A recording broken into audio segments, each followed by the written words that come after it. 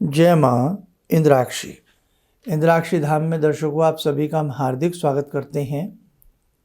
आइए इस विशेष अंक में, जिसमें हम आपको यम के निमित्त दीपदान कैसे किया जाता है, ये सारी जानकारी हम आपको देने वाले हैं। बहुत अच्छे से इस कार्यक्रम को सुनिएगा। सत्य सनातन धर्म में जितनी भी बातें हमारे ऋषियों ने, मुनियों ने हमें बताई हैं, उनका एक विशेष महत्व होता है। आज की पीढ़ी बहुत सारी बातों को भूलती जा रही है, लेकिन हमें आज अति आवश्यकता है अपनी परंपराओं को जीवित रखने की और उनके ऊपर चलने की। हर वर्ष दीपावली का महापर्व आता है और दीपावली का महापर्व पंचदिवसीय पर्व से जुड़ा होता है, जिसमें धनत्रयोदशी, रूप चतुर्दशी, बड़ी दीपावली, रूप चतुर्दशी को छोटी दीपावली कहते हैं, बड़ी दीपावली, फिर उसके बाद अन्नकूट, फिर बृहत द्वितीया जिसे हम भैया दूज भी कहते हैं। ये 5 दिन का पर्व होता है। इन 5 दिनों में यम के निमित्त अपने घर के दक्षिण दिशा में, यानी कि जो आपके घर का मुख्य दरवाज़ा है, मेन गेट है, उसके दक्षिण दिशा में यम के निमित्त एक दीप लगाया जाता है। ये दीप हमें यम की यातनाओं से बचाता है। ये दीप घर में अकाल मृत्यु से हमारी सुरक्षा करता है। ये दीप आयु का वर्धन करता है। इसलिए मेरे साधकों, इस दीप को आप हर वर्ष 5 दिनों के लिए जलाया करें। आइए अब हम कम टू द पॉइंट पे आते हैं। आपको बताते हैं हमें कैसे और क्या करना चाहिए। 2 नवंबर की धनत्रयोदशी है। भगवान धन्वंतरी, आयुर्वेद के प्रदाता, जिस समय समुद्र मंथन हुआ उस समय श्वेत कलश हाथ में लेकर के प्रकट हुए।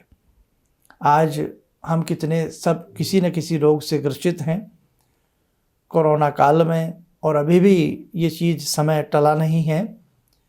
कितने हमसे बिछड़ गए हैं। यम की कुदृष्टि किसी घर के ऊपर ना पड़े। भगवान ना करे किसी घर को किसी परिजन से बिछड़ना पड़े। इसलिए हमारे ऋषियों ने बहुत पहले ही बताया कि बेटा, जब जब धनत्रयोदशी आए तो आप यम के निमित्त दीपदान करें। तो कहने का मेरा भाव, इस दीपदान से बहुत सारे हमें लाभ की प्राप्ति होती है। 2 नवंबर दिन ध्यान रखना, मंगलवार, सन 2021 धनत्रयोदशी की शाम को पूजा वंदना करने के बाद आपको एक दीप जलाना है, 4 बत्तियों वाला। आइए थोड़ा सा आप सुन लें। धनत्रयोदशी से यम के निमित्त यह दीप जलाया जाता है। यह दीप 5 दिन घर के मुख्य द्वार पर दक्षिण दिशा की तरफ जलाया जाता है। 4 बत्ती वाला यह दीप धर्म, अर्थ, काम, मोक्ष का प्रतीक होता है। इस दीपदान से यम यातना व मृत्यु भय दूर होता है। सायंकाल संध्या पूजन के उपरांत अन्न की ढेरी पर यह दीप स्थापित करें। अब आगे सुने। देखो, मैंने जैसे कि कहा आपको 2 तारीख को धनत्रयोदशी है, तो आपने क्या करना है, शाम को जो भी आप पूजा पाठ करते हैं वो अपना अच्छे से पूजा वगैरह आप कर लें, और पूजा आदि करने के बाद चावल ले लें या गेहूं ले लें मुट्ठी भर, अन्न की ढेरी जैसे कि हमने बताई है।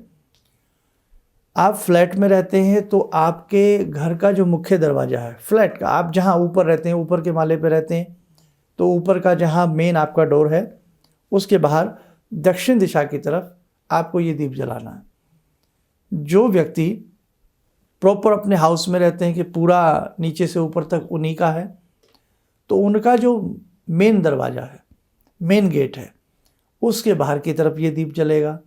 और जो लोग फ्लैट सिस्टम में रहते हैं तो वो उस हिसाब से जहाँ रहते हैं उसी को अपना मुख्य दरवाज़ा समझें।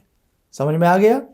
अब हमें क्या करना है, पानी थोड़ा सा ले लें, फूल हो थोड़ा फूल ले लें, थोड़ा चावल ले लें, और मुट्ठी 2 मुट्ठी आप कोई भी गेहूँ या अन्न या जैसे चावल ही ले लें, एक्स्ट्रा ले लें, थोड़े ज़्यादा ले लें, और दीप ले लें। सरसों का तेल इसमें डाला जाता है, मस्टर्ड ऑयल, और 4 बत्तियां इसमें, जैसे 2 बत्तियां लंबी लंबी रुई की बना लें, क्रॉस करके डाल दें तो ये 4 बत्ती हो जाती है जब आप जलाएंगे। आटे का दीप हो, आटे का टाइट आटा गूंथ करके उसका दीप बना लें, या मिट्टी का दीप बना लें। गए घर के मुख्य दरवाजे पर, गए दक्षिण की तरफ, देख लें दक्षिण दिशा कौन सी पड़ती है, वहाँ पानी का छींटा मारा, और पानी का छींटा मार करके जो आपने गेहूँ लिया है या चावल लिया है उसकी नीचे एक परत लगा दें, ढेरी सी लगा दें, और यदि किसी मिट्टी के ही पात्र में उस चावल को या गेहूं को रखें और फिर उसमें वो दिया रखें तो और अच्छा रहता है। चारों बत्तियां यम का ध्यान करते हुए प्रज्वलित कर दें, पानी का हल्का सा छींटा मार दें, फूल है तो हल्का सा फूल चढ़ा दें, और थोड़ा चावल पुनः चढ़ा दें। प्रणाम कर लें कि हे यमदेव, आपकी यातना, आपकी कुदृष्टि कभी भी हमारे घर के ऊपर ना पड़े, आप सदैव हमसे प्रसन्न रहें। और एक छोटी सी 1-2 लाइनें और पढ़ देता हूँ, उन्हें भी आप यदि याद कर सकें तो उन्हें आप पढ़ लेना, उन्हें आप लिख लीजिए। सूर्यपुत्र यमराज मृत्यु पाशधारी काल अपनी पत्नी सहित त्रयोदशी में दिए इस दीपदान से प्रसन्न हों। अर्थात हे यम, मैंने जो आपके निमित्त ये दीप जलाया है इसे आप स्वीकार करें और आप मेरे पूरे परिवार से प्रसन्न रहें। बस अब देखो, अब ये दीप जैसे आपने धनत्रयोदशी की शाम को जलाया, ऐसे ही सेम अगले दिन जलेगा, यानी कि नरक चतुर्दशी जिसे कहते हैं, छोटी दीपावली 3 नवंबर को। ऐसे ही ये 4 नवंबर को जलेगा बड़ी दीपावली में, ऐसे ही ये 5 नवंबर को जलेगा, और ऐसे ही ये 6 नवंबर को जलेगा। क्लियर हो गया? रोज़ जो आपने नीचे अन्न रखा है वो रोज़ नया रखना है। जो पुराना चावल या गेहूं जो भी रखा है आपने पहले दिन का, वो आप पक्षियों को डाल सकते हैं। ठीक है? अब रही दिए की बात, रोज़ नया दीपक रखा जाएगा, रोज़ नई बाती बट करके सरसों का तेल, मस्टर्ड ऑयल डाल करके उसे इसी विधि से शाम के समय पहले अपनी पूजा वगैरह जो भी आप करते हैं उसे कर लीजिए, संध्या बंदन जो भी करते हैं, फिर उसके बाद ये 5 दिन हर वर्ष जलाना होता है, ताकि यम की कोई कुदृष्टि ना पड़े, मेरे घर में कोई अकाल मृत्यु ना हो, मेरे घर के सभी जो भी रहने वाले जितने भी हम मेंबर हैं सब स्वस्थ रहें। कोरोना में कितनों से बिछड़ गए, है ना? तो भगवान ना करे सबके घर में सुख समृद्धि बनी रहे, सबकी दीर्घायु अच्छी भगवान की कृपा से प्राप्त हो। इसीलिए भी ये दीप अब तो बहुत ही ज़रूरी हो गए हैं, इस प्रकार की साधनाएं और पूजा करना। कोई नहीं कह सकता कि अगली दीपावली भी मैं मनाऊंगा, कोई नहीं कह सकता। इसीलिए हर वर्ष यूं ही दिए जलते रहें, यूं ही हम प्रसन्न रहें। हे भगवती, आपकी चरण रज में हम यूं ही आपकी भक्ति करते रहें। इसलिए मेरे साधकों, ये यम का दीप होता है, ये हर वर्ष 5 दिन के लिए दीपावली के महापर्व पर जलाया जाता है। और किस दिन से जलता है ये मैंने आपको जानकारी दे दी। अब एक संदेश और सुन लें।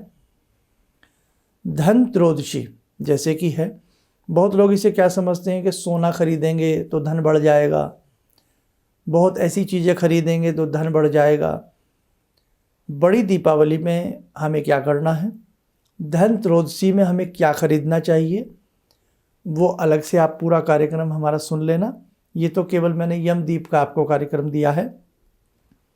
नरक चतुर्दशी में, छोटी दीपावली में हनुमान जी का विशेष पूजन होता है, वो बताऊंगा। बड़ी दीपावली का क्या शुभ समय रहेगा पूजन का, कौन से लगन में पूजन करें, कौन सा विशेष मंत्र पढ़ें और कौन से विशेष यंत्र को हम अपने घर में उस दिन बनाएं। तो बहुत अच्छे कार्यक्रम ये होने वाले हैं, इन्हें आप जरूर सुनिएगा, देखिएगा।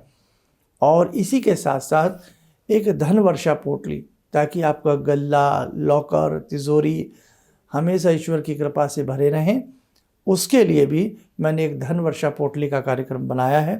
फेसबुक पेज पर भी इसको डाला है और यूट्यूब पर भी है, आप सब लोग देख लीजिएगा। और इस प्रकार के जितने भी हमारे धर्म के हिसाब के कार्यक्रम होते हैं उन्हें आप सुनिएगा, औरों को भी उन कार्यक्रमों को आगे तक भेजिएगा और बताइएगा। आप स्वस्थ रहें, निर्भय रहें और आपकी ज़िंदगी खुशियों से भरी रहे। हर प्रकार की सुख संपत्ति देवी माँ की कृपा से आपको प्राप्त होती रहे। इन्हीं शब्दों के साथ हम अपनी वाणी को विराम देते हैं। जय माँ इंद्राक्षी।